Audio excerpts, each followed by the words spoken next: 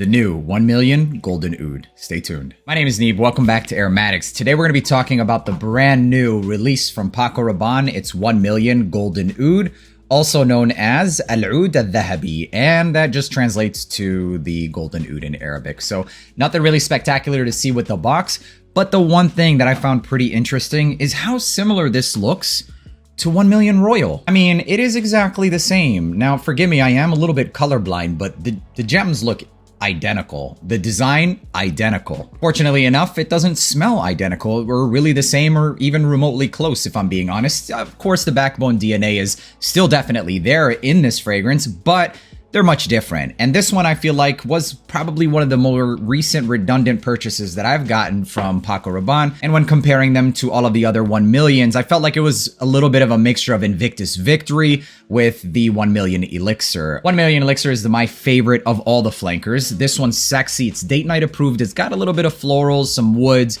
and very sweet. Super sexy stuff. The Royal came out, I sprayed it on, and I was pretty underwhelmed, but didn't really wow me. As soon as I saw, though, that Paco Rabanne dropped an oud version, the first thing that popped into mind was Stronger With You Oud. That one, in my opinion, smells like just Stronger With You leather in a new bottle. So yes, although they did call it oud and there might be listed note of oud, I didn't really get too much oud, and it's possible that it's still there, but not as much as the leather. When I saw this one released, I figured it might be pretty much the same thing. A lot of leather, not really any oud, considering the fact that it's coming from a designer brand. In the back of my mind, I've been seeing the trend with all of the elixirs and all of the more daring and testy types of DNAs with the designer brands that I personally believe is going to grant them a little bit more success. People are getting bored of those blue vibes and just the same safe fragrances, floral, sweet, bubblegummy. It's time to get elixired out and spicier and sexier, and that's exactly what this one does. This one is honestly neck and neck now with 1 million Elixir, except it is quite different. It's not going to be for everybody. There's definitely some oud here, but this is also one that does emphasize a lot on the leather. So it's not like a dominant oud note, but it's absolutely there. And the fact that it's slightly animalic made this one even better. I definitely think that in the year of 2023, for me, this is the most interesting designer release. Boss Bottled Elixir was released. It's got Middle Eastern vibes. I found it pretty sexy. It's kind of simple. It's nothing crazy, but it definitely smells amazing. Then that Gucci Guilty Elixir. At first, I wasn't really for it, and then I started to rock it. I started to like it a little bit, and now, if I'm being honest, I think that that one's no-go for me. A 2 ounce for 180 bucks, no thank you. Le Male Elixir, that was also a great one, but if I'm being honest, in comparison to the other elixirs, it's probably one of the more safer ones. I love that honey nuance and the honey note. This one, however, is the testiest of them all and the sexiest of them all. I love sweet, spicy, sexy, date night type of fragrances. I do enjoy gourmands as well, but they're different categories. I'm going for the sweet and spicy ones, and that's exactly what this one is. So I love the use of iris in this fragrance. My favorite notes in fragrances includes oud and iris. I also really love the use of peppers, and that has all three of these. The iris quality in this fragrance is nothing that's like lipstick or makeup bag, but it's there. It smoothens everything out. Although it does get smooth and creamier woods later on, the opening up until like hour, 1.5 to 2 hours, it's pretty spicy and sweet. So that first initial blast, you're gonna get a hefty dose of that black pepper, some nutmeg, and that saffron. This is by no means a metallic fragrance, at least to my nose. I do get this saffron quality that's more on the naturalistic side of things, and I'm pretty impressed coming from a designer brand like Paco Rabanne, but I knew this was gonna be a hit. I always had a feeling that if Paco Rabanne used that original DNA and added some smooth oud and maybe a little bit of saffron, and obviously that leather, that it would be an awesome fragrance. My understanding, this is an Eastern exclusive, and I understand it. In the West, if you don't like funky oud, you might be put off by this because it opens up pretty dang spicy. So although I did mention that it was pretty creamy, it is extremely spicy in the opening, but I love it. It's got a perfect balance of the leather, nutmeg, spices, saffron. You do get some of that dirty, earthy patchouli that really just enhances the dirty, earthy vibes of that oud, which is slightly animalic in this one. And the resins also backs up that animalic vibe. I freaking love this stuff. Sweet spices, leather, creamy woods, oud, and iris. Amazing. If you like deeper, darker, woodier fragrances, or you have a similar taste to mine,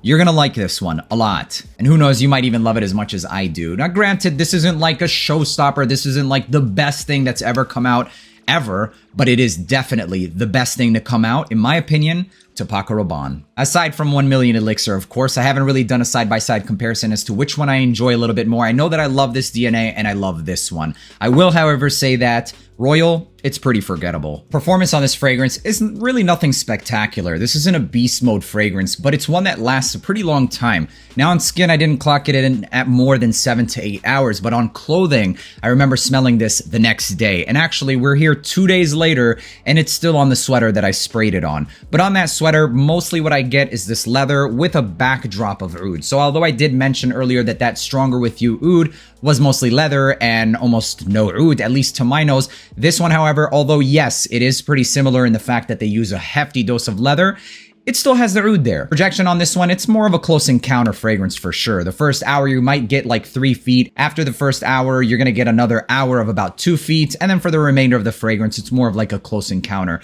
This is a type of DNA where you don't really want it to be projecting. It's resinous, it's leather, it's creamy woods, and oud. So for as long as the spices last and that sweetness at the top is as long as it's going to project. And that's usually around 1 to 2 hours with this fragrance. Scent profile on this one, for me, it's easily a 10 out of 10. And the 1 million Elixir is also, for me, a 10 out of 10. So I'm definitely interested in doing a side-by-side comparison. Not necessarily in the scent profile, these are completely different, but in the enjoyment factor. If you have a similar taste as I do, or if you like oud and sweet and sexy and spicy fragrances, and you just want to know my take on both of them or which one to get, you definitely want to stay tuned. I'm going to be comparing them all, but I will be honest with you guys, I pumped out this video. I recorded a video about 1 million Royal, and honestly, at this point, I'm debating even releasing that video. It's already past its prime, and honestly, it's the most redundant of them all. I really don't have much good to say about this fragrance, other than the fact that it genuinely, to me, smells like Invictus Victory blended with 1 million Elixir. Both of those fragrances do what they do better, in my opinion. This one is a little bit more versatile, and there is a crowd for it. If you can't really wear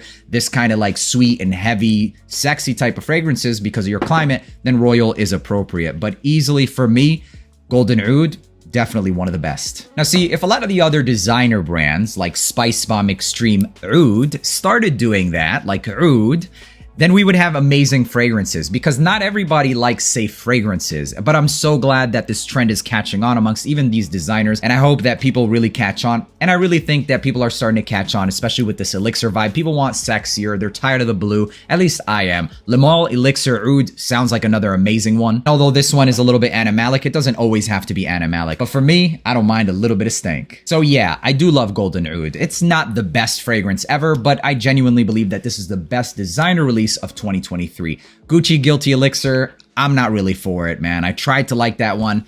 It's a meh. Boss Bottled Elixir, it's great. It's nothing wow. This one genuinely wowed me. And for now, this is the best release of 2023. I picked this up off of eBay. I had somebody ship it to me all the way from India. I paid around $180 to be able to get this review. And to be honest with you guys, I'm going to be getting a backup bottle. I am the Middle Eastern fragrance king, so it's obvious that I'm going to love anything oud because I love oud. Let me know down in the comments if this interests you. Are you even into oud? I'm curious to know how many of my followers actually enjoy these type of sexy, darker fragrance. Don't get it twisted. I love my blue vibe fragrances for sure, and they're so versatile. But for me, this just hits me at my core. If you're interested in the Paco Rabanne lineup comparison, make sure to leave a like, hit that subscribe button, and until the next one, peace.